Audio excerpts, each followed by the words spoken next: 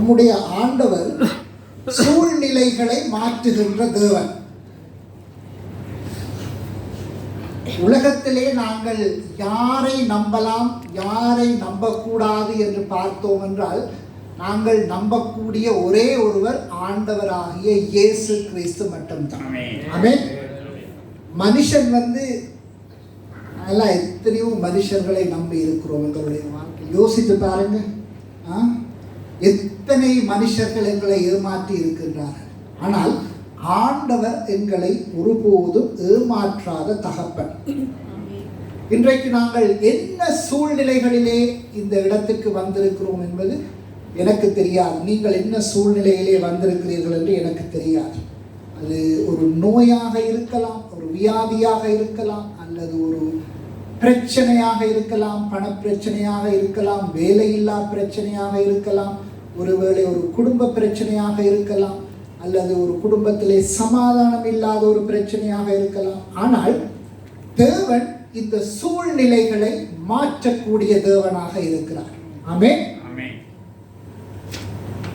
இன்றைக்கு வேதத்திலே இருந்து ஒரு 3 அல்லது 4 சம்பவங்களை உங்களுக்கு காட்டுகிறேன் நேரம் இருந்தால். அதிலே அந்த சூழ்நிலைகளை, அந்த நபர்களுடைய சூழ்நிலைகளை ஆண்டவர் எப்படியாக மாற்றினார் என்று பார்ப்போம். ஏனென்று சொன்னால், வேதம் சொல்கிறது ஆண்டவர் அவர் நேற்றும் இன்றும் என்றும் மாறாதவர். ஆமென். அப்போ இயேசு கிறிஸ்து மரித்தார், 3ஆம் நாள் உயிரோடு எழுந்தார், இன்றைக்கும் உயிரோடு இருக்கிறார். அப்போ அவர் ஜீவன் உள்ள தேவன். அவர் அன்றைக்கு செய்ததை இன்றைக்கும் செய்யக்கூடியவராக இருக்கிறார். ஆமென். அது மட்டுமல்ல, அவர் வேதத்திலே சொல்லி இருக்கிறார், ஒரு ப்ராமிஸ் வேர்டை தந்திருக்கிறார். மத்தேயு 18:20 ஏனெனில் 2 பேராவது 3 பேராவது என் நாமத்தினாலே எங்கே கூடியிருக்கிறார்களோ அங்கே அவர்கள் நடுவிலே இருக்கிறேன் என்றார். அப்போ நாங்கள் இன்றைக்கு அவருடைய நாமத்தினாலே கூடியிருக்கிறோம், எங்கள் நடுவிலே இயேசு இருக்கிறார். எத்தனை பேர் அதை விசுவாசிக்கிறீர்கள்? ஆமென். எங்கே 2 3 கூடும் பொழுது அங்கே அவர்கள் நடுவிலே நான் இருக்கிறேன் என்று சொல்லி இருக்கிறார். அவர் சொல்லவில்லை ஆயிரக்கணக்காக கூடும் பொழுது, 100கணக்காக கூடும் பொழுது அங்கே அவர்கள் நடுவிலே இருக்கிறேன் என்று அவர் சொல்லவில்லை. அவர் எங்கே ஒரு சிலர் இருக்கிறீர்களோ அங்கே உங்கள் நடுவிலே நான் இருக்கிறேன் என்று சொல்லி இருக்கிறார். அப்போ அவர் இன்றைக்கு எங்கள் மத்தியிலே இருக்கிறார். அவர் இன்றைக்கும் அற்புதங்களை செய்ய வல்லவராக இருக்கிறார். முதலாவது பார்ப்போம், அவர் கட்டுக்களை உடைக்கின்ற தேவன். ஆண்டவர் கட்டுக்களை உடைக்கின்ற தேவன். வாசிப்போம். லூக்கா 13ஆம் அதிகாரம் 10 தொடக்கம் 13 ஒவ்வொன்றாக வாசிப்போம். ஒரு ஓய்வு நாளில் அவர் ஜெப ஆலயத்தில் போதகம் பண்ணி கொண்டிருந்தார். அப்போ ஆண்டவராகிய இயேசு கிறிஸ்து வழமை போல ஒரு ஓய்வு நாளிலே ஒரு ஜெப ஆலயத்திலே போதித்துக் கொண்டிருக்கிறார். வாசிங்க.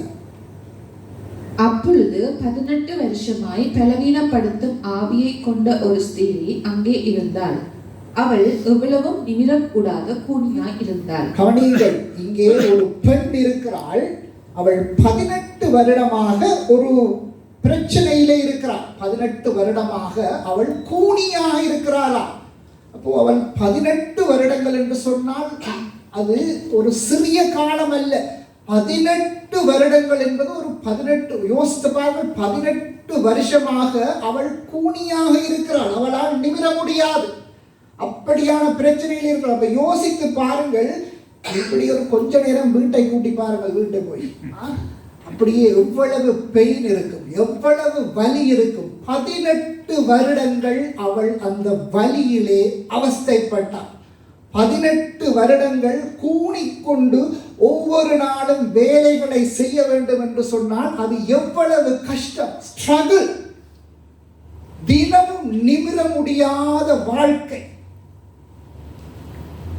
அவளுடைய கூனிக்கொண்டிருந்தால் எல்லா வேலைகளையுமே செய்ய முடியாது. வரையறுக்கப்பட்ட அவளுடைய வாழ்க்கை அந்த 18 வருடங்களாக. அப்போ இப்படியாக 18 வருடங்களாக அவளை கூனியாக அந்த பிசாசு கட்டி வைத்திருக்கிறான்.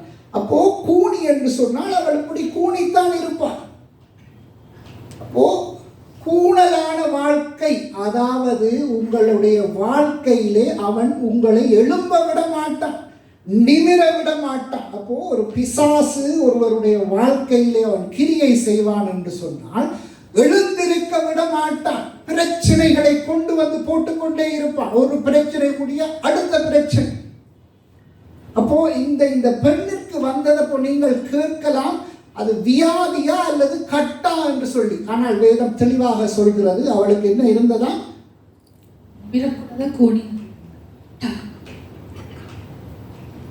ஒரு பலவீனப்படுத்தும் ஆவி அவளை பிடித்தது. வாசிங்க.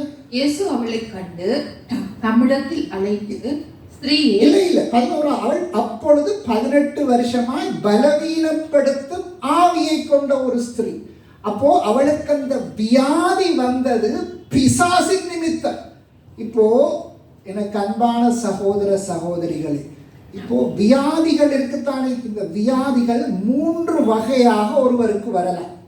ஒன்று இயற்கையாக வருவது, அப்போ காய்ச்சல் வரும், தடிமன் வரும். அப்போ இப்படி இயற்கையாக வருகின்ற வியாதிகளுக்கு மருத்துவரிடம் சென்று மருந்து எடுத்தால் அது சுகமாகும். மருந்து எடுக்காவிட்டாலும் எங்களுடைய உடல் அதனோடு போரிட்டு அது தன்ற பாட்டிலேயே சுகமாகும். ஆனால் சில வேளைகளிலே ஆண்டவர் நோயை அனுப்புவார். ஏன் அனுப்புவார் என்று சொன்னால், தன்னுடைய பிள்ளைகளை திருத்துவதற்கு அனுப்புவார், அவருடைய பிள்ளைகளுக்கு அனுப்புவார். அடுத்தது மனிதர்கள் பாவம் செய்யும் பொழுது தண்டிக்க அனுப்புவார். அப்போ 2 காரணத்துக்காக வியாதியை அனுப்புவார். அடுத்தது பிசாசு வியாதியை கொண்டு வருவார். அப்போ இந்த பிசாசு வியாதியை கொண்டு வந்தால் என்னதான் மருந்தெடுத்தாலும் மாறாது. எந்த வைத்தியராலும் அந்த வியாதியை குணப்படுத்த முடியாது, ஒரே ஒருவரை தவிர, அவர்தான் ஆண்டவராகிய இயேசு கிறிஸ்து. ஆமென். அது மட்டுமல்ல, இந்த பெண் எங்கே வருகிறாளாம்? ஜெப ஆலயத்துக்கு.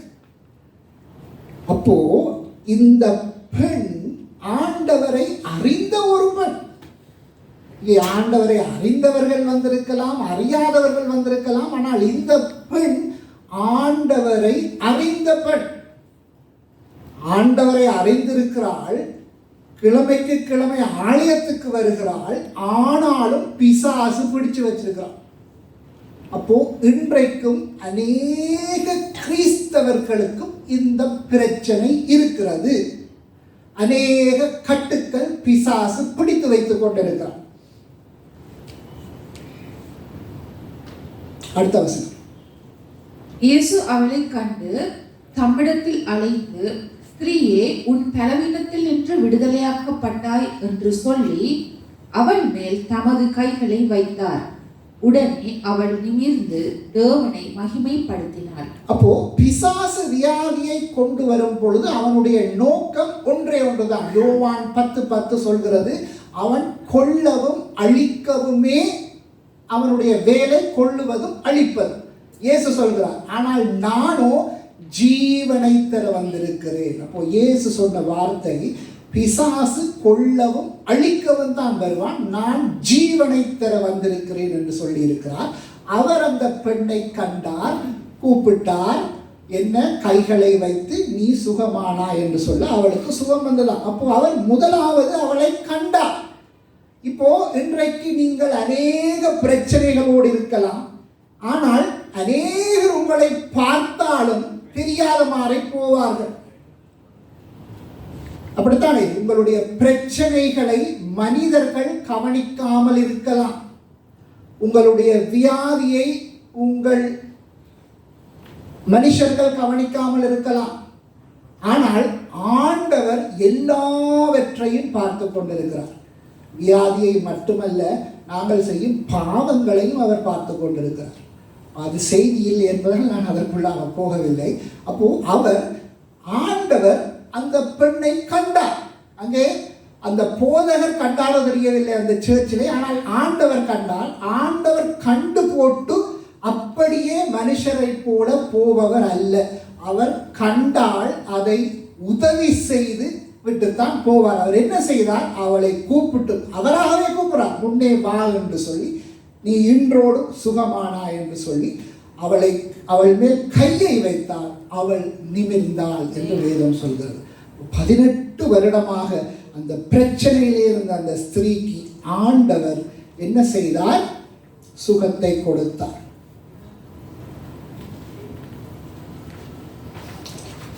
அப்போ அதே ஆண்டவர் இன்றைக்கு எங்கள் மத்தியிலே இருக்கிறார்.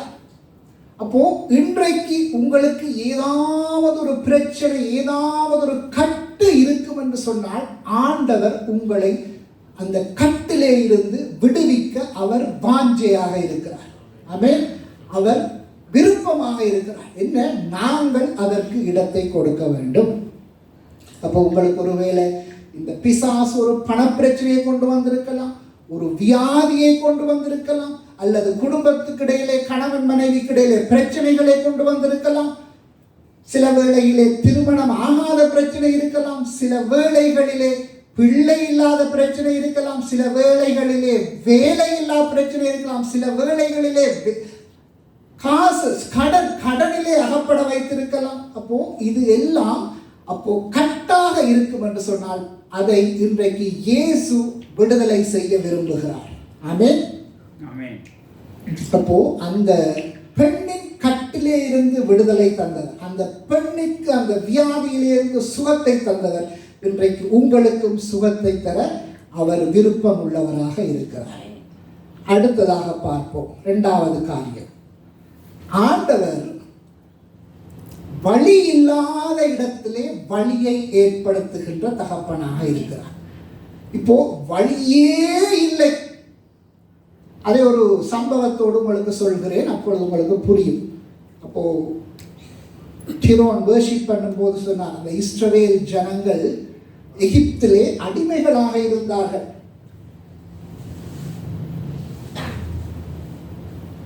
இந்த இஸ்ரவேல் ஜனங்கள் 430 வருடங்கள் எகிப்திலே அடிமைகளாக இருந்தார்கள். அவர்கள் அடிமைத்தனத்திலே ஆண்டவரிடத்திலே முறையிட்டார்கள். அப்ப 430 வருடம் என்று சொன்னால் அவர்கள் பரம்பரையாக ஒரு 3-4 பரம்பரை 5 பரம்பரை அப்போ அங்கே அடிமைகளாக இருந்தார்கள். அவர்கள் தங்கள் அடிமைத்தனத்திலே இருந்து ஆண்டவரை நோக்கி முறையிட்டார்கள். முறையிட்டதும் ஆண்டவர் என்ன செய்தார்? ஒரு மனுஷனை எழுப்பினார். மோசே என்கிற ஒரு மனுஷன் மூலம் அவர்களை எகிப்திலே இருந்து அழைத்து கொண்டு வர அவர் உதவி செய்தார். எங்கே? அவர் வாக்கு கொடுத்த தேசம், கானான் தேசம், அதுதான் இஸ்ரவேல் தேசம். அங்கே அழைத்து கொண்டு போவதற்கு மோசே என்கிற மனுஷனை தெரிவு செய்து ஆண்டவர் அந்த காரியத்தை செய்தார். இப்போ மோசே இந்த ஜனங்களை எகிப்திலே இருந்து அழைத்து கொண்டு வருகிறான். அழைத்து கொண்டு வரும் பொழுது இப்போ பார்வோன் அந்த ராஜா, எகிப்து ராஜா, அவன் மனம் மாறி அவன் என்ன செய்தான்? தன்னுடைய இராணுவத்தை எல்லாம் திரட்டி கொண்டு இந்த ஜனங்களை பின்தொடர்ந்து திருப்பி பிடிக்கிறதுக்கு போகின்றான். இப்போ இந்த ஜனங்கள் வந்து விட்டார்கள். முன்னாலே செங்கடல், அப்போ போக முடியாது. முன்னாலே போனால் கடலிலே மூழ்கி விடுவார்கள். பின்னாலே திரும்பி போக முடியாது, பார்வோனின் இராணுவம் நிற்கின்றது. அப்போ இந்த ஜனங்கள் என்ன செய்தார்கள்? ஆண்டவரிடம் முறையிட்டார்கள். வாசிப்போம். அப்போ அவர்களுக்கு அங்கே வழி இல்லை. முன்னாலே போனாலும் சாவு, பின்னாலே போனாலும் சாவு, வழி இல்லை. ஆண்டவரிடத்திலே முறையிட்டார்கள். யாத்திராகமம் 14:10 இப்பொழுது வாசி. பார்வோன் சமீபித்து வருகிற போது இஸ்ரவேல் புத்திரர் தங்கள் கண்களை ஏறெடுத்து பார்த்து எகிப்தியர் தங்களுக்கு பின்னே வருகிறதை கண்டு மிகவும் பயந்தார்கள். அப்பொழுது இஸ்ரவேல் புத்திரர் கர்த்தரை நோக்கி கூப்பிட்டார்கள். அப்போ அவர்கள் கர்த்தரை நோக்கி கூப்பிட்டார்கள். அப்போ இன்றைக்கும் உங்களுக்கு ஒரு பிரச்சனை இருக்கிறதா? வழியே இல்லை இதற்கு என்று நீங்கள் நினைத்து நீங்கள் கர்த்தரை கூப்பிட்டால் கர்த்தர் வழிகளை திறப்பார். எப்படி திறப்பார் என்று பார்ப்போம். அவர் மோசேயிடம் சொல்றார். மோசே இடத்திலே கையிலே ஒரு கோல் இருக்கிறது. சொல்கிறார், உன் கோலை நீட்டு. அப்போ மோசே கோலை நீட்டினான் செங்கடலுக்கு எதிராக. செங்கடல் பிளந்து அது வழிவிட்டது, வெட்டாந்தரையாகி வழிவிட்டது. இயற்கையாக நடக்க முடியாத காரியம். சயின்ஸுக்கு எதிரான காரியம். வாசிங்க 16ஆம் வசனத்தை. நீ உன் கோலை ஓங்கி உன் கையை சமுத்திரத்தின் மேல் நீட்டி சமுத்திரத்தை பிளந்து விடு. அப்பொழுது இஸ்ரவேல் புத்திரர் சமுத்திரத்தின் நடுவாக வெட்டாந்தரையிலே நடந்து போவார்கள். அப்போ மோசே கோலை நீட்டினான், அங்கே சமுத்திரம் பிளந்து வழிவிட்டது. இவர்கள் செங்கடலை கடந்து அங்காலே போனார்கள். இப்போ பார்வோனின் ஆவி இவர்களை துரத்துகிறது. துரத்த அவர்களும் அதுக்குள்ளே வந்து விட்டார்கள். இப்போ செங்கடல் மூடியது, அவர்கள் அதனுள்ளே மூழ்கி மரித்தார்கள் என்று வேதம் சொல்கிறது. அப்போ பாருங்கள், எங்களுடைய ஆண்டவர் வழியே இல்லை என்று சொல்கின்ற இடத்திலே வழியை ஏற்படுத்துகின்ற கடவுள். இன்றைக்கு நீங்கள் சொல்லலாம், எனக்கு வேலைக்கு ஒரு வழியே இல்லையே என்று நீங்கள் நினைக்கலாம். இந்த வியாதியிலே இருந்து வெளியே வருவதற்கு ஒரு வழியே இல்லை என்று நீங்கள் நினைக்கலாம். என்னுடைய குடும்ப பிரச்சனையை தீர்ப்பதற்கு ஒரு வழியே இல்லை என்று நினைக்கலாம். என்னுடைய இந்த பிள்ளையில்லா பிரச்சனையை தீர்ப்பதற்கு ஒரு வழியே இல்லையே. எத்தனையோ வியோஜிட்ட போன எத்தனையோ தரம் இந்த என்ன அந்த சேர்க்கை இதெல்லாம் போட்டாங்களாம், ஐவியோ எல்லாம் செய்து பார்த்தார்கள், எல்லாம் ஃபெயிலா போச்சு என்று நினைக்கலாம். நீங்கள் வழியே இல்லை என்று சொன்னாலும் ஆண்டவர் என்ன தெரியுமா சொல்றார்? நானே வழி என்று சொல்றார். வாசிங்க. அதற்கு இயேசு, நானே வழியும் சத்தியமும் ஜீவனுமாய் இருக்கிறேன். யோவான் 14ஆம் அதிகாரம் 6ஆம் வசனம் சொல்ற, நானே வழியும் ஜீவனும் சத்தியமுமாக இருக்கிறேன். அப்போ நீங்கள் வழி இல்லை என்று சொன்னாலும் ஆண்டவர் தான் வழி. அப்போ சில காரியங்களுக்கு வழியே இருக்காது, இயற்கையாக சில பிரச்சனைகளுக்கு வழியே இருக்காது. ஆனால் ஆண்டவர் வழியே இல்லாத இடத்திலே, அந்த இடத்திலே ஒரு வழியை ஏற்படுத்துகின்ற தகப்பன் எங்களுடைய தகப்பன். அப்போ அவர் இன்றைக்கு உங்களுக்கு ஒரு வழியை திறக்க ஆயத்தமாக இருக்கிறார். ஆமென். அடுத்ததாக ஏசாயா 43:19 இப்படியாக சொல்கிறார். வாசிங்க. இதோ நான் புதிய காரியத்தை செய்கிறேன், இப்பொழுதே அது தோன்றும், நீங்கள் அதை அறியீர்களா? நான் வனாந்தரத்திலே வழியையும் அவாந்தர வழியிலே ஆறுகளையும் உண்டாக்குவேன். அப்போ அவாந்தர வழியிலே ஆறுகளை உண்டாக்குவேன். பாலைவனத்திலே கூட நான் ஆறுகளை உண்டாக்குகின்ற தேவன் என்று அவர் அங்கே வாக்கு தந்திருக்கிறார். அப்போ அவராலே கூடாத காரியம் ஒன்றுமே இல்லை. அப்படியான தேவன் நம்மோடு இருக்கிறார். ஆனால் நாங்கள் தான் என்ன செய்கின்றோம்? அநேக நேரங்களிலே என்ன யோசித்துக் கொண்டிருக்கிறோம். இன்றைக்கு கூட அங்கே மத்திய கிழக்கிலே பிரச்சனை. ஆனால் நாங்கள் என்ன அநேக ஐயோ என்னுடைய அப்பா அங்க, என்னுடைய அம்மா அங்க, என்னுடைய அண்ணா அங்க, என்னுடைய தங்கச்சி அங்க, ஐயோ என்ன நடக்குமோ, இது 3வது வேர்ல்ட் வாராக வந்து விடுமா, ஐயோ பெட்ரோலுக்கு என்ன நடக்குமோ, கரண்டுக்கு என்ன நடக்குமோ, உடனே பெட்ரோல்ல கியூ போய் அங்க ஒரு குண்டு தான் போட்டாடிங்க, பெட்ரோல் அடிக்கிறதுக்கு எல்லாம் இல்லை. இன்னைக்கு பெட்ரோல் ஸ்டேட் அரைவாசி பூட்டியும் போட்டாங்க. அப்போ என்ன, அந்த சூழ்நிலையை மாற்றக்கூடிய தகப்பனங்களுடைய தகப்பன். அந்த மத்திய கிழக்கு யுத்தத்தை அவர் ஒரு நாளிலே நிப்பாட்டக்கூடியவர். ஆமென். யுத்த சூழ்நிலையை ஒரு நாளிலே மாற்றுவார். என்ன, ஜெபிக்க வேண்டும். அவரிடம் கேட்டால் அவர் அதை செய்வார். இஸ்ரவேல் ஜனங்கள் தங்களுடைய அடிமைத்தனத்திலே அவரிடத்திலே முறையிட்டார்கள். வழியே இல்லை என்ற போது அவரிடத்திலே போய் முறையிட்டார்கள். அவர் வழியை திறந்து தந்தார். ஆமென். என்னுடைய வாழ்க்கையில் இப்படியான ஒரு சம்பவம் நடந்ததை சொல்லிவிட்டு அங்காலே போகிறேன். நான் 2018-19ஆம் ஆண்டு அங்கே சவுத் சூடானிலே UN வைத்தியசாலையிலே அங்கே நான் வைத்தியனாக கடமை புரிந்தேன். அப்போ அந்த நாட்களிலே அப்போதான் கோவிட் வந்தது. அப்போ அந்த கோவிட் எனக்கும் வந்தது. அற்புத விதமாக ஆண்டவர் சுகத்தை தந்தார். அந்த சாட்சியை நான் முதல் சொல்லி இருக்கிறேன், வேறொரு தடவை அதை சொல்லுகிறேன். அதை சொல்ல வரவில்லை. வழியே இல்லாத இடத்திலே ஆண்டவர் எப்படி வழியை திறந்து தந்தார் என்று சொல்ல போகிறேன். அப்போ கோவிட் வந்து ஆண்டவர் அற்புத விதமாக எனக்கு சுகத்தை தந்து விட்டார். இப்போ எனக்கு ஸ்ரீலங்காவுக்கு வர வேண்டும் என்று ஆகிவிட்டது. அங்கே இருக்க முடியவில்லை. ஏன்? வீட்டை வந்து மனைவி பிள்ளைகளை பார்க்க வேண்டும், இனி இந்த பிரச்சனையோடு அங்கே இருக்க முடியாது என்று நான் முடிவெடுத்து விட்டேன். அப்போ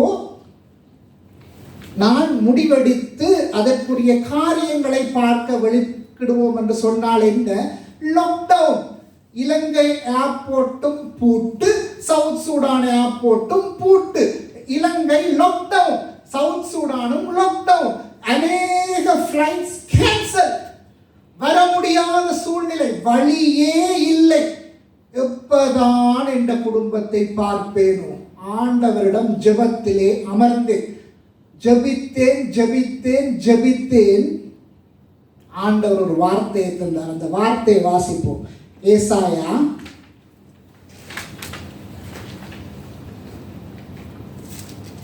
55ஆம் அதிகாரம் 12வது வசனம். 55:12 ஒரு வசனத்தை காட்டினார். அந்த வசனத்தை வாசிங்க. முதல் பகுதி. நீங்கள் மகிழ்ச்சியாய் புறப்பட்டு சமாதானமாய் கொண்டு போகப்படுவீர்கள். நீங்கள் மகிழ்ச்சியாய் புறப்பட்டு சமாதானமாய் கொண்டு போகப்படுவீர்கள்.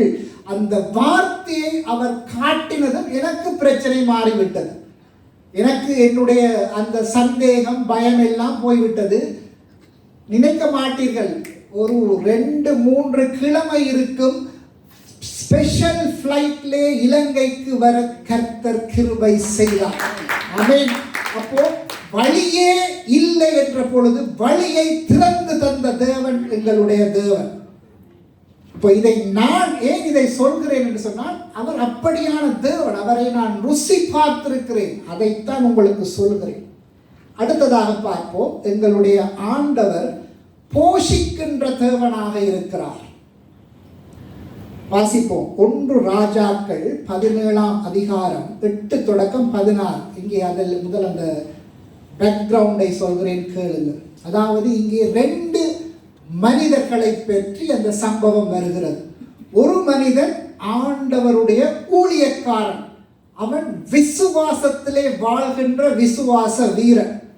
மற்றது ஆண்டவரையே அறியாத ஒரு விதவை பெண். விதவை பெண் மட்டுமல்ல, அவளுக்கு யாருமே உதவி இல்லை.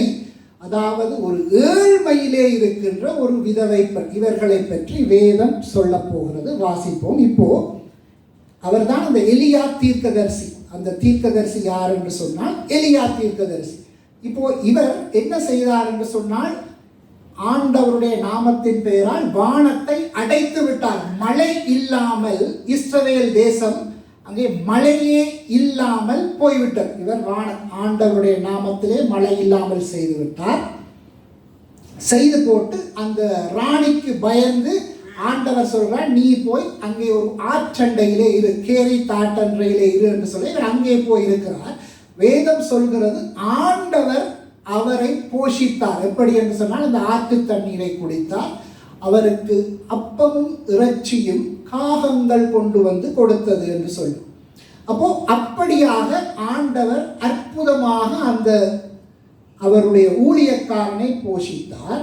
அப்போ கஷ்ட வேளையிலும் தன்னுடைய பிள்ளைகளை அவர் போஷிப்பவராக இருக்கிறார். ஆமென். இப்போ மழை இல்லை, ஆறு வறண்டு விட்டது, நன்னீர் ஆறு வறண்டு விட்டது. அப்போ ஆண்டவர் சொல்கிறார், நீ எழுந்து இங்கே போனதான் அந்த வசனம். வாசிப்போம் 8ஆம் வசனம். அப்பொழுது கர்த்தருடைய வார்த்தை அவனுக்கு உண்டாயிற்று. அவர், நீ எழுந்து சீதோனுக்கு அடுத்த சாரிபாத் ஊருக்கு போய் அங்கே தங்கியிரு. உன்னை பராமரிக்கும்படி அங்கே இருக்கிற ஒரு விதவைக்கு கட்டளையிட்டேன் என்றார். அப்போ வசனம் தொடங்கும் பொழுது தொடங்குகிறது, அப்பொழுது கர்த்தருடைய வார்த்தை அவனுக்கு உண்டாயிற்று. அதாவது ஆண்டவருடைய நேரடியான வார்த்தை எப்பொழுது வருகிறது? ஆறு வறண்டு விட்டது, வறட்சியான காலம். அப்போ ஆண்டவர் தன்னுடைய பிள்ளைகளை போஷிக்க வல்லவர். அந்த வசனம் அதைத்தான் காட்டுகிறது. அப்போ வறட்சி வந்துவிட்டது. ஆண்டவர் சொல்கிறார், பேசுகிறார். அப்பொழுது, அதான் அந்த அப்பொழுது கர்த்தருடைய வார்த்தை அவனுக்கு உண்டாகி நீ எழுந்து சீதோனுக்கு அடுத்த சாரிபாத்தூருக்கு போய். அப்போ சொல்கிறார் நீ எழுந்து. அப்போ அநேகருக்கு இந்த எழுந்து தான் பிரச்சனை. எழுந்தென்று சொன்னால் என்ன? சோம்பலாக ஒரு இடத்துல இருக்கப்படாது.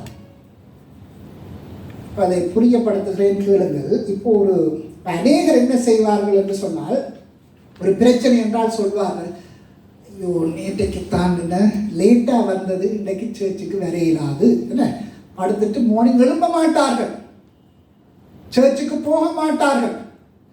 அல்லது ஒரு வியாதியஸ்தர் என்ன செய்வார், ஐயோ எனக்கு இயலாதப்பா நீயே போய் எனக்காக ஜபித்து விட்டு வா, அப்படித்தானே? அப்போ சிலர் என்ன செய்வார்கள், நான் என்ன எக்ஸாம்பிள் ஸ்டூடெண்ட்ஸை வைப்போமே, கிறிஸ்தவ பிள்ளைகள் படிக்க மாட்டார்கள். என்ன சோதனை எழுதினால் ஆண்டவர் பாஸ் பண்ணி விடுவார். யாராவது வாலிபர்கள் இருக்கிறீர்களா? இல்லை. சோதனை எழுதினால் ஆண்டவர் எப்படியாவது பாஸ் பண்ணி விடுவார். இல்லை, ஆண்டவர் பாஸ் பண்ணி விட மாட்டார். ஏன்? அங்கே அதாவது ஆண்டவர் சும்மா இருப்பவர்களுக்கு ஒன்றும் செய்ய மாட்டார்.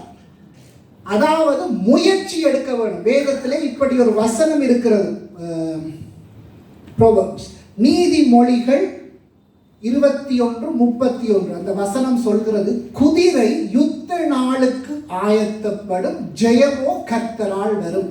அப்போ ஒரு யுத்தம் வரப்போகிறது என்று சொன்னால் குதிரை யுத்த நாளுக்கு ஆயத்தப்பட வேண்டும்.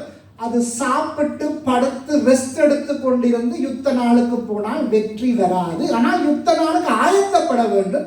வெற்றியை கொடுப்பது ஆண்டவர். ஆனால் வெற்றி, குதிரை யுத்த நாளுக்கு ஆயத்தப்படும், ஜெயமோ கர்த்தரால் வரும். அப்போ அதற்குரிய காரியங்களை நாங்கள் பார்க்க வேண்டும். அநேகர் இப்படித்தான், ஆண்டவர் பேசினால் நான் இதை செய்வேன் என்றால் ஆண்டவர் செய்ய மாட்டார். இப்போ அநேகர் இப்போ சொல்வார்கள், இப்போ சில கிறிஸ்டியன்ஸ் இருக்கிறாங்க, நான் அறிந்த ஒரு வாலிபர் இருக்கிற, அவர் நன்றாக ஸ்மோக் பண்ணுவார். அப்போ அது ஸ்மோக் பண்ணுறது பிழை என்று சொல்லும்போது அவர் சொன்னார், ஆண்டவர் எப்போ சொல்கிறாரோ நான் அப்போ அதை விடுகிறேன், ஆண்டவர் கடைசி மட்டும் சொல்ல மாட்டார். அவர் முயற்சி எடுத்தால்தான் ஆண்டவர் அதற்கு உதவி செய்வார். அப்போ இங்கே ஏசாயாவுக்கு ஆண்டவர் சொல்றார், ஆண்டவருக்கு அந்த வறண்ட இடத்திலே தண்ணியை உருவாக்கி கொடுக்க முடியுமா? இயலாத. காகத்தை அனுப்பி சாப்பாடு கொடுத்தவருக்கு கொடுக்க முடியுமா? முடியாத. முடியும். ஆனால் அவர் எலியாவிடத்திலே இருந்து அந்த ஒரு உற்சாகத்தை, அதாவது இவன் சொல்வதை செய்கிறானா, அந்த எழுந்து சோம்பலாக படுத்து கிடக்கிறானா அநேக கிறிஸ்தவர்களை போல என்று ஒரு செக்கிங் தான். ஆனால் எலியா என்ன செய்தான்? அவன் எழுந்து புறப்பட்டு போனான் சாரிபாத்துக்கு. அப்போ சாரிபாத் என்கின்ற ஊர் இஸ்ரவேலிலே இருக்கின்ற ஊர் அல்ல, அது ஒரு அந்நிய தேசத்திலே இருக்கிற ஊர், சீதோன். அப்போ அந்த சீதோன் தேசத்தில் இருக்கின்ற ஊர், அவர்களுக்கு தேவனை தெரியாது. அங்கே அந்த இடத்திலே அவர்கள் வேறு கடவுள்களை வழிபடுவார்கள். அப்போ அங்கேதான் ஆண்டவர் போக சொல்கிறார். போக சொல்வது மட்டுமல்ல, அவர் சொல்கிறார், என்ன சொல்கிறார்? அங்கே போய் தங்கி இரு. சும்மா விசிட், ஒரு நாள் விசிட் போயிட்டு வர சொல்லவில்லை. அங்கே போய் நான் சொல்லும் மட்டும் நீ தங்கி இரு. உன்னை பராமரிக்கும்படி அங்கே இருக்கிற ஒரு விதவைக்கு கட்டளையிட்டேன். அதாவது எங்களுக்கு எதிர்காலத்திலே என்ன தேவையோ அதை ஆண்டவர் அவருடைய பிள்ளைகளுக்கு ரெடியாக வைத்திருக்கிறார். எங்களுக்கு தான் அது தெரியாது. அப்போ இவனுக்கு முதலே அங்கே சாப்பாடெல்லாம் அங்கே ரெடியாக ஆண்டவர் அங்கே வைத்திருக்கிறார் அந்த இடத்துல. அப்போ அதைத்தான் அந்த வசனம் காட்டுகிறது. அப்போ எலியா அங்கே போனான்.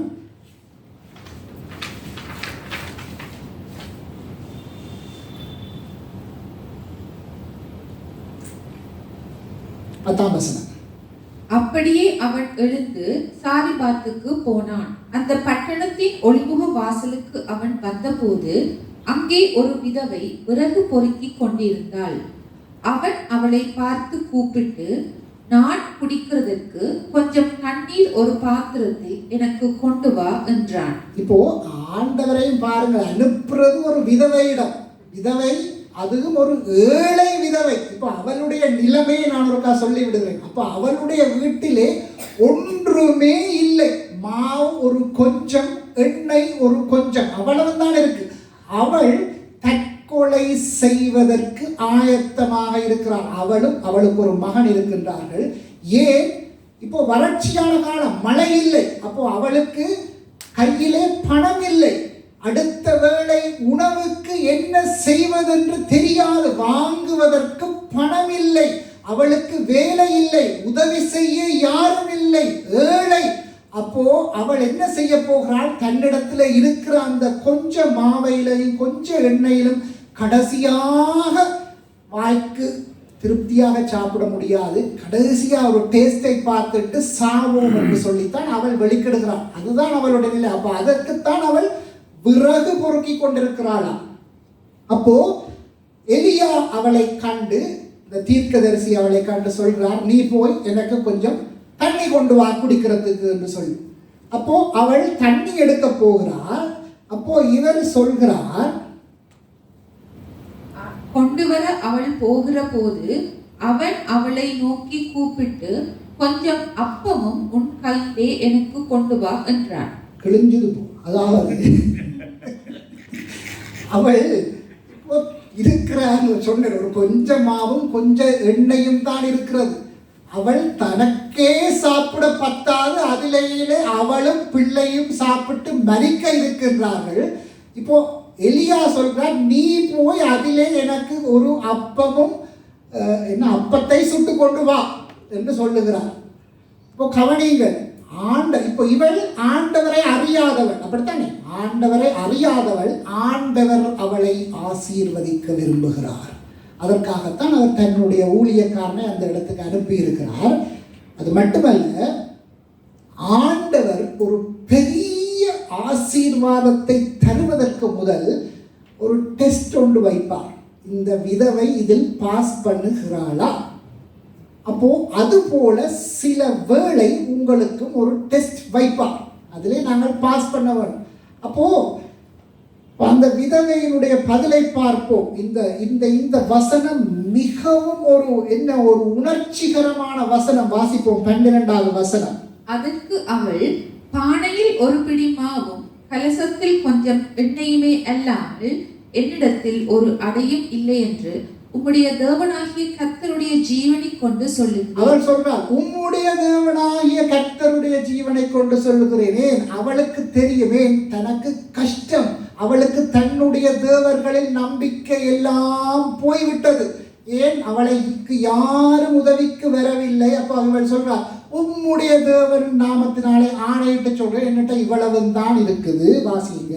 இதோ நானும் என் குமாரனும் சாப்பிட்டு செத்து போக அதை எனக்கும் அவனுக்கும் ஆயத்தப்படுத்துகிறதற்கு 2 விறகு பொறுக்குகிறேன் என்றார்.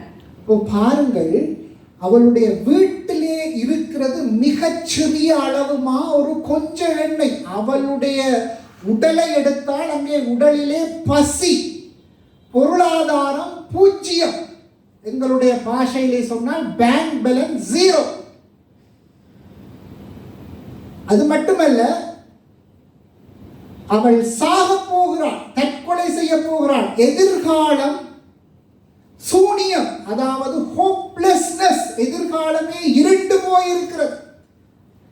உடலிலே பசி, பேங்க் பேலன்ஸ் 0.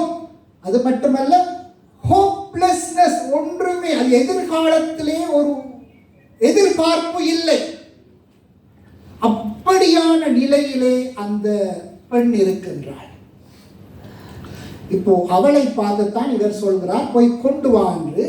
அடுத்த வசனத்திலே எலியா சொல்கிறார் அவளுக்கு. வாசிங்க. அப்பொழுது எலியா அவளை பார்த்து, பயப்படாதே, பயப்படாதே போதும். அப்போ முதலாவது வார்த்தை, ஆண்டவர் பிரச்சனையான சூழ்நிலைகளிலே போகின்ற பிள்ளைகளை பார்த்து, அவருடைய பிள்ளைகளாகவும் இருக்கலாம், எந்த மனுஷனாகவும் இருக்கலாம், ஆண்டவர் சொல்கின்ற முதலாவது வார்த்தை, இந்த வேதத்தை நீங்கள் வாசித்து பார்த்தால் தெரியும், அநேக இடத்திலே இயேசு பேசுகிறார். பேசுகின்ற இடத்துல அவர் முதலாவது வார்த்தை எப்பொழுதும் பயப்படாதே. அவர் யாரையாவது சந்திக்கும் பொழுது அவர் பேசுகின்ற முதலாவது வார்த்தை பயப்படாதே. ஏன்? பயம் இருந்தால் விசுவாசம் வராது, நம்பிக்கை வராது. பயம் விசுவாசத்துக்கு எதிரானது. அதனால் தான் வேதம் சொல்கிறது 2 தீமோத்தேயு 1:7 ஆண்டவர் தேவன் எங்களுக்கு பயமுள்ள ஆவியை தராமல் பலமும் அன்பும் தெளிந்த புத்தியுள்ள ஆவியை தந்திருக்கிறார் என்று வேதம் சொல்கிறது. அப்போ பயம் விசுவாசத்திற்கு எதிரானது.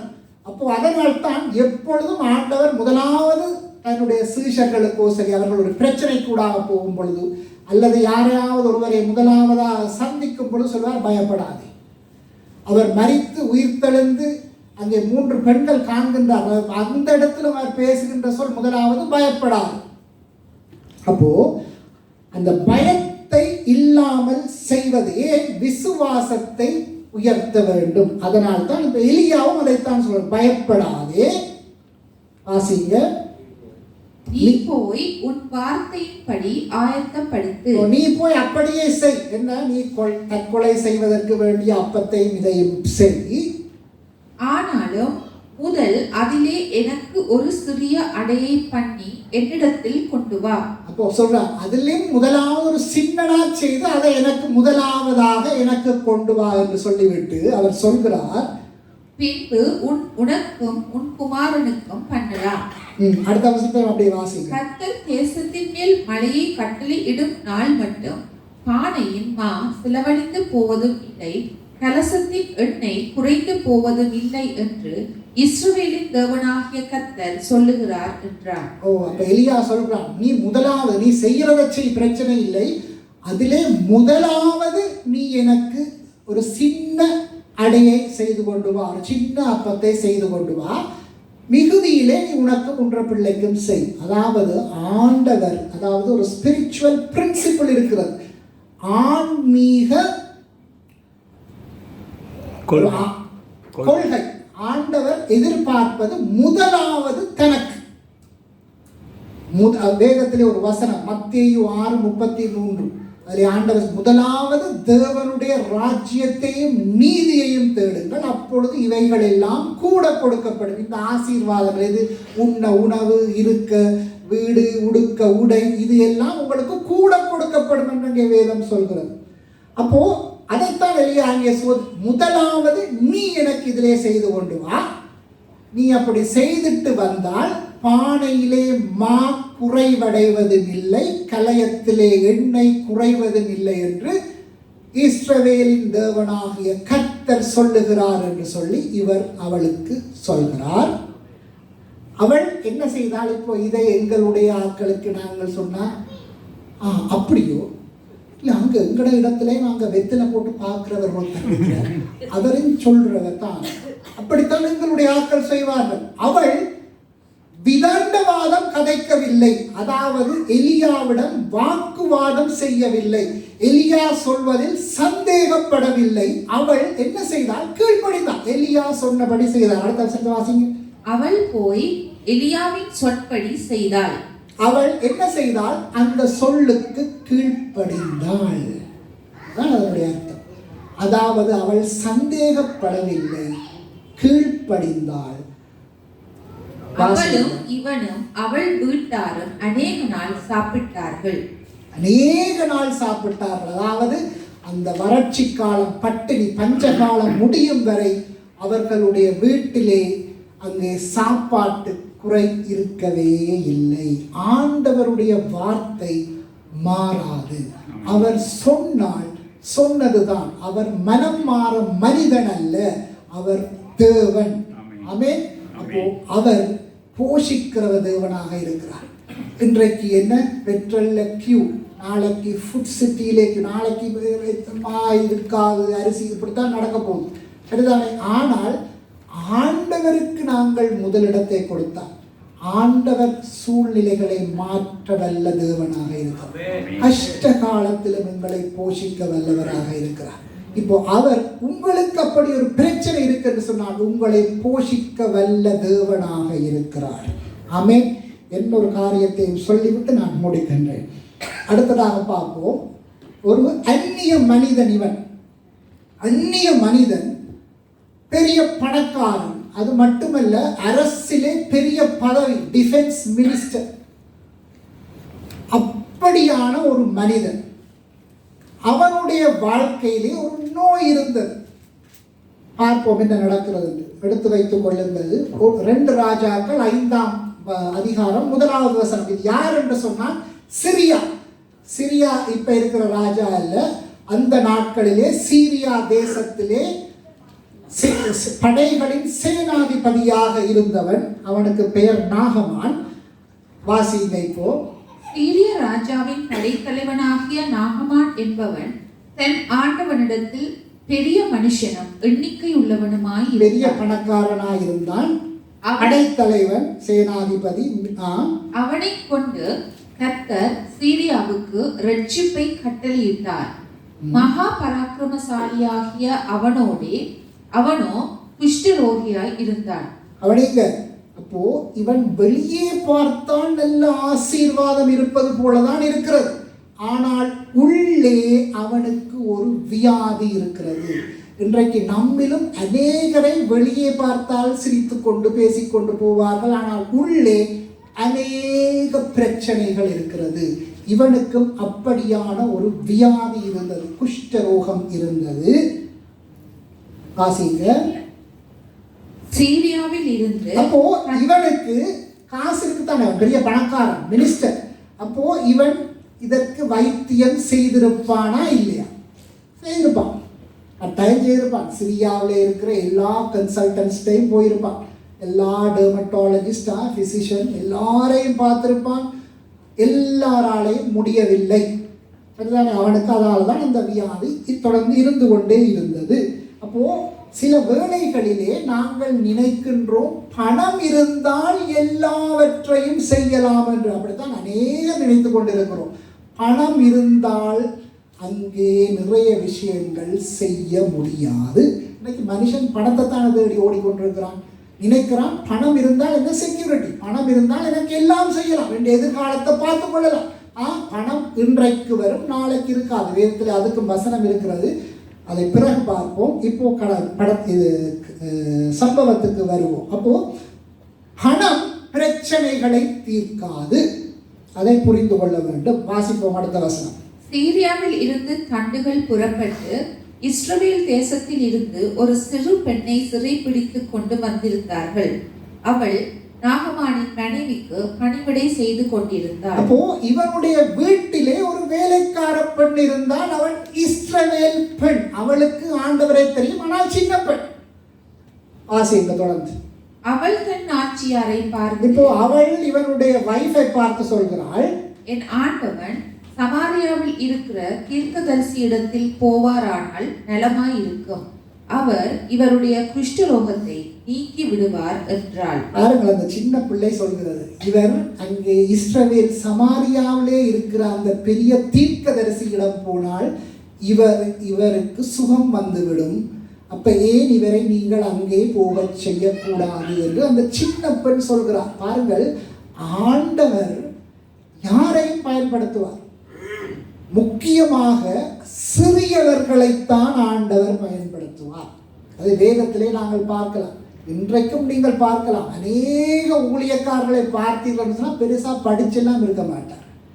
ஆனால் அவர்களை வைத்து ஆண்டவர் பெரிய காரியங்களை செய்வார். ஆமென். அது ஆண்டவர், நான் நினைக்கிறேன் அது ஆண்டவர் அப்படித்தான் வைத்திருக்கிறார். வேதத்திலே நீங்கள் பார்த்தீர்கள் என்று சொன்னால் படித்தவர்கள் மிகவும் குறைவு. ஆண்டவருக்கு ஊழியம் செய்தவர்கள் படித்தவர்கள் எண்ணலாம். ஆனால் அநேகர் அவருடைய சீஷர்களை பார்த்தால் படிக்காதவர்கள். எல்லாரும் அநேகர் மீன் பிடித்தவர்கள். அப்படியானவர்களைத்தான் மனுஷனை பிடிக்க ஆண்டவர் எடுத்து போட்டார். ஆமென். அப்படியானவர்களைத்தான் ஆண்டவர் உயர்த்தினார். எங்களுடைய தேசத்திலும் ஒரு பெரிய மனுஷன் இருந்தார். அவர் சின்ன மனுஷன் தான், பாஸ்டர் கோல்டன் விக்ரமரன். அவர் பெருசா எல்லாம் படிக்கவில்லை, ஆனால் இந்த தேசத்தையே கலக்கிய ஒரு பாஸ்டர் அவர். ஆமென். இந்த தேசத்திலே அவரை அவ்வளவு பெரியவராக ஆண்டவர் எழுப்பினார்.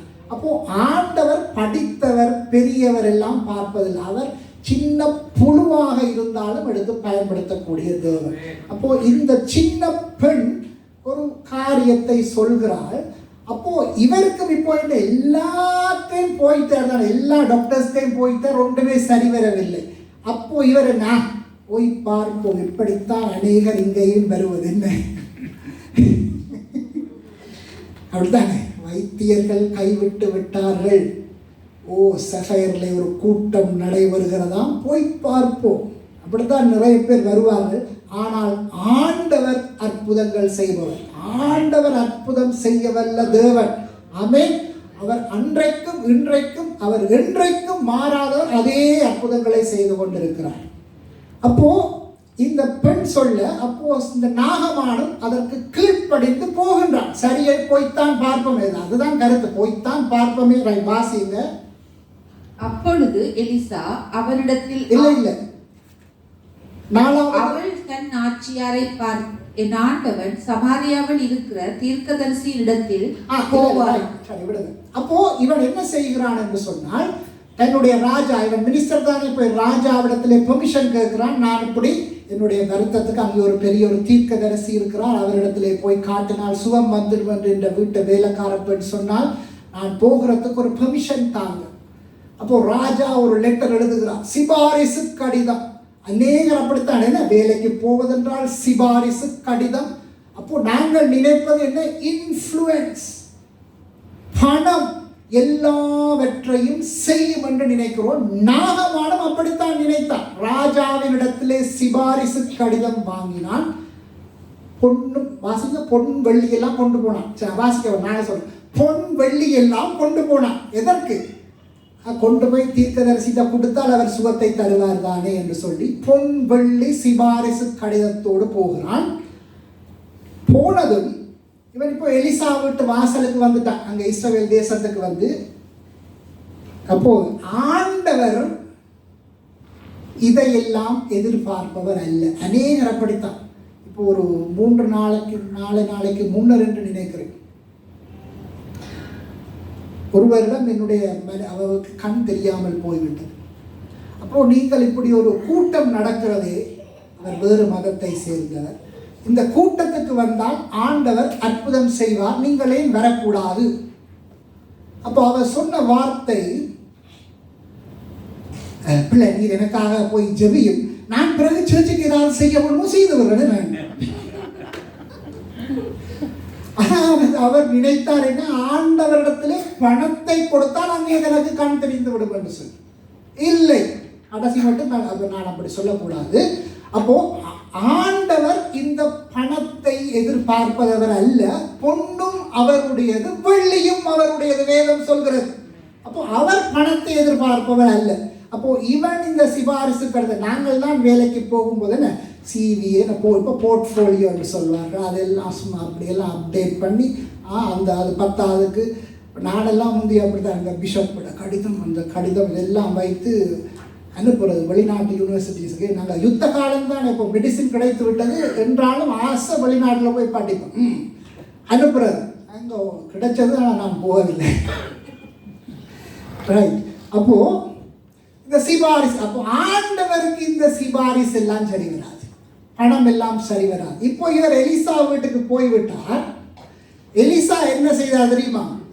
அவர் தேவ மனுஷன். அவன் தன்னுடைய ஊழியக்காரனை, தன்னை வேலைக்காரனை போய் வெளியில அனுப்பி சொல்றான், போய் அவன்கிட்ட சொல்லு, யோர்தான் நதியில 7 தடவை குளிக்க சொல்ல அவன் குஷ்ரோகம் மாறிடும் என்று சொல்லு. அப்போ இவர் எதிர்பார்த்தது, அவர் வந்து தனக்கு சிவப்பு கம்பளம் கொடுத்து வரவேற்று கையிலே எல்லாத்தையும் வாங்கி வச்சு போட்டு அந்த பொன் வெள்ளி கையை ஜபமும் தலையிலே கையை வைத்து ஜபித்து விடுவார், அதோடு குஷ்டரோகம் மாறிவிடும் என்று சொல்லித்தான் இவர் நினைத்தது. ஆனால் அவர் உள்ளே இருந்தார், வெளியே வரக்கூட இல்லை. அவர் சொல்லி விடுகிறார், நீ அவர் அந்த வேலைக்காரனுக்கு நீ போய் அவன்கிட்ட சொல்லு, யோர்தான் நதியிலே 7 தரம் அவனை மூழ்க சொல்லு, குஷ்டரோகம் மாறிவிடும். இவனுக்கு சரியான கோபம். இவன் எதிர்பார்த்தது என்ன? நாங்கள் நினைப்பது போல அப்படி நடக்கவில்லை. இவனுக்கு கோபம். ஆனாலும் அவன் கீழ்ப்படிந்தான். அதான் அங்கே இருக்கிற முக்கியமான விஷயம். அவன் கீழ்ப்படிந்து போகிறான். வாசிப்போம்.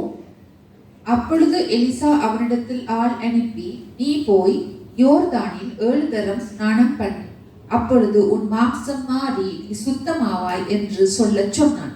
அப்பொழுது அவன் போதும். Right. அப்போ ஆண்டவர் எதிர்பார்ப்பது யோர்தான் எதை குறிக்கிறது என்று சொன்னால் தாழ்மை. அடுத்தது போய் முழுகு, கீழ்ப்படிவு. 7 தரம் என்பது முழுமையான கீழ்ப்படிவும் தாழ்மையையும் தான் ஆண்டவர் எதிர்பார்க்கிறார். பணத்தை அல்ல, சிபாரிசை அல்ல. அவர் எதிர்பார்ப்பது தாழ்மை, கீழ்ப்படிவு, முழுமையான கீழ்ப்படிவு. இவன் கீழ்ப்படிந்தான். இவன் போய் யோர்தானிலே 7 தரம் முழுகினான். வேதம் சொல்கிறது, வாசிங்க அந்த வசனத்தை. அப்பொழுது அவன் இறங்கி தேவனுடைய மனுஷன் வார்த்தையின்படியே யோர்தானில் 7 தரம் முழுகின போது அவன் மாம்சம் ஒரு சிறு பிள்ளையின் மாம்சத்தை போல மாறி அவன் சுத்தமானான். இப்போ ஆண்டவர் எதிர்பார்ப்பது அந்த முழுமையான கீழ்ப்படிவையும் தாழ்மையையும். கவனிங்க, அநேகர் என்ன செய்வார்கள்? அந்த முழுமையான கீழ்ப்படிவல் இருக்கிறது என்ன செய்வார்கள்? இப்போ நான் சொன்னது போல இங்கேயும் போவோம், அந்த வெத்திலை போட்டு சொல்லுவான் அவன், நீ அங்கே போயிட்டு அங்கே அவருக்கு ஒரு 2 லட்சம் அங்கே கொண்டே குடு என்று சொன்னால் அதையும் செய்வார். இங்கேயும் செய்து அங்கேயும் செய்வது, 2 பக்கமும் திருப்திப்படுத்துவது. அது முழுமையான கீழ்ப்படிவு அல்ல. ஏனென்று சொன்னால் வேதம் சொல்கிறது, ஆண்டவர் தான் இந்த உலகத்தை படைத்தார், அதிலே இருக்கிற எல்லாவற்றையும் சிருஷ்டித்தார், தன்னுடைய ரூபத்திலும் தன்னுடைய சாயலிலும் மனிதனை உருவாக்கினார். ஆனால் மனிதன் பாவம் செய்து அவரோடு கூடிய அந்த உறவிலே இருந்து அந்த விடுபட்டு போனான். ஆண்டவருக்கு அது பிடிக்கவில்லை. அவர் என்ன செய்தார்? இந்த மனுஷன் அழிந்து போகிறானே என்று சொல்லி தானே மனிதனாக இயேசு என்கின்ற பெயரோடு இந்த உலகத்துக்கு மனுஷனாக இறங்கி வந்து தன்னுடைய பரிசுத்த இரத்தத்தை எங்களுக்காக சிலுவையிலே பலியாக செலுத்தினார். மனுஷனுடைய பாவங்கள் சாபங்களை தன்மேல் போட்டுக்கொண்டார். அவர் பாவமானார் என்று சொல்கிறது. எங்களுடைய பாவங்கள், இந்த உலகத்தின் சாபங்கள் எல்லாம் அவர் மேல் விழுந்ததால் அவர் அலங்கோலமானார் என்று வேதம் சொல்கிறது. அவருடைய முகத்தை பார்க்க முடியவில்லை, அவ்வளவு அழகானவர் அலங்கோலமானார் எங்கள் பாவங்களின் நிமித்தம். அப்போ அவர் எங்களுக்காக அவருடைய பரிசுத்த இரத்தத்தை சிலுவையிலே சிந்தி எங்களுக்கு பாவ மன்னிப்பை கொடுத்து எங்களுக்கு நித்திய ஜீவனை தந்தார் என்று வேதம் சொல்கிறது. அப்போ அவர் எதிர்பார்ப்பது என்ன? முழுமையான கீழ்ப்படிவு. அப்போ இன்றைக்கு கூட இயேசுவை நீங்கள் அறியாமல் இருக்கலாம், ஆனால் இதுதான் உண்மை. அப்போ அவர் எதிர்பார்ப்பது முழுமையான கீழ்ப்படிவு. அப்போ நாகமான் என்ன செய்தான்? முழுமையாக கீழ்ப்படிந்தான், தாழ்த்தினான் தன்னை. அவன் இறங்கி தேவனுடைய மனுஷன் வார்த்தையின்படியே யோர்தானில் 7 தரம் முழுகின போது அவன் மாம்சம் ஒரு சிறு பிள்ளையின் மாம்சத்தை போல மாறி அவன் சுத்தமானான். சிறு பிள்ளையின் மாமிசம் என்றால் அது புதிய தோல், அல்ல சாஃப்டாக இருக்கும். அப்போ ஆண்டவர் ஒரு சுகத்தை தரும் பொழுது அந்த வியாதி இருந்ததற்கான அடையாளமே இருக்காது. ஆமென். ஒரு ஸ்காரம் இருக்காது. அப்படியாக மாற்றி போட்டார் அவனுடைய வியாதியை. 15ஆம் வசனம் சொல்றது பாருங்கள். 15ஆம் வசனம். அப்பொழுது அவன் தன் கூட்டத்தோடெல்லாம் தேவனுடைய மனுஷரிடத்துக்கு திரும்பி வந்து அவனுக்கு முன்பாக நின்று, இதோ இஸ்ரவேலில் இருக்கிற தேவனை தவிர பூமி எங்கும் வேறே தேவன் இல்லை என்பதை அவன் அறிக்கையிடுகிறான். இஸ்ரவேலில் இருக்கிற தேவனை தவிர பூமி எங்கும் வேறே தேவன் இல்லை என்பதை அறிந்தேன். இப்போதும் உமது அடியேன் கையில் ஒரு காணிக்கை வாங்கிக் கொள்ள வேண்டும் என்றான். அப்போ அவன் அறிக்கை செய்கிறான். அவன் சுகமடைந்தான். அப்போ அவன் சுகமடைந்தவுடன் அவனுக்கு நாங்கள் முழு நம்பிக்கை வந்துவிட்டது. அப்போ அவன் போய் அறிக்கை செய்தான். அவனுடைய வாழ்க்கை மாறி, அவனுடைய தோலை பார்த்தால் சிறு பிள்ளையின் தோல், அதாவது இந்த பழைய தோல் அல்ல, அவனுடைய வாழ்க்கை புதிய வாழ்க்கை ஆகியது. அப்போ அநேகர் வந்து சுகத்தை பெறுவார்கள். பிறகு போய் பழைய வாழ்க்கை, பழையபடி பாவ வாழ்க்கை. ஆண்டவர் எதிர்பார்ப்பது அது அல்ல. ஏன்? அவர் எங்களுடைய பாவங்கள் சாபங்களை அவர் எடுத்து விட்டார் என்று சொன்னேன். அப்போ எங்களுடைய வாழ்க்கை மாற வேண்டும் என்று அவர் எதிர்பார்க்கிறார். நாகமான் மாறினான், அதுதான் அதனுடைய அர்த்தம். ஏன்? இஸ்ரவேலின் தேவனை தவிர வேறொரு தேவனும் இல்லை என்று சொல்லி அவன் அறிக்கை செய்தான். அப்போ இன்றைக்கு நாங்களும் அறிக்கை செய்தோம். அந்த விதவை பெண்ணை போஷித்தவர், அந்த பிசாசின் கட்டில் இருந்த அந்த கூனியை நிமிரச் செய்த தேவன், வழியே இல்லை என்கின்ற போது அந்த ஜனங்களுக்கு வழியை ஏற்படுத்தி தந்த தகப்பன் இன்றைக்கு நம் நடுவிலே இருக்கிறார். இந்த நாகமான் முழுமையாக கீழ்ப்படிந்த பொழுது அவனுக்கு பரிபூரண சுகத்தை கொடுத்த தேவன் இன்றைக்கு நம்மோடு இருக்கிறார். இன்றைக்கும் அதே அற்புதங்களை செய்ய வல்லவராக இருக்கிறார். நாங்கள் ஜெபிக்க போகிறோம். ஆசிரியர்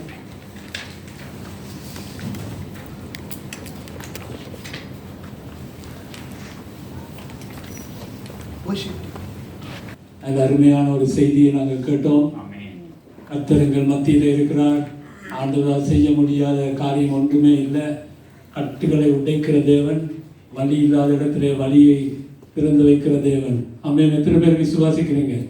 ஆமென். உங்களோட பிரச்சனை என்னவா இருந்தாலும் இன்றைக்கு ஆண்டவர் அற்புதம் செய்ய வல்லவராக இருக்கிறார். ஆமென். வர்ஷிப் டீம், ஆமென். நாங்கள் எல்லாம் சேர்ந்து பாடுவோம். அதன் பிறகு நாம் உங்களுக்காக ஜெபம் பண்ணுவோம். ஆமென்.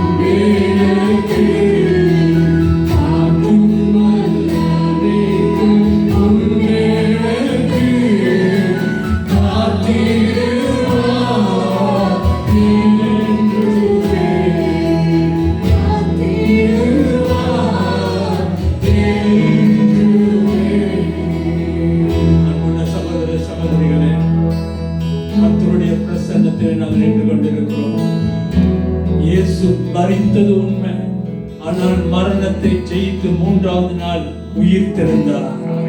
இன்றைக்கு ஆண்டவர் உயிரோடு இருக்கிறார். அந்த ஆண்டவர் உங்களை நேசிக்கிறார். அந்த ஆண்டவர் உங்கள் அருகே வர அவர் ஆசையாக பார்த்து கொண்டிருக்கிறார்.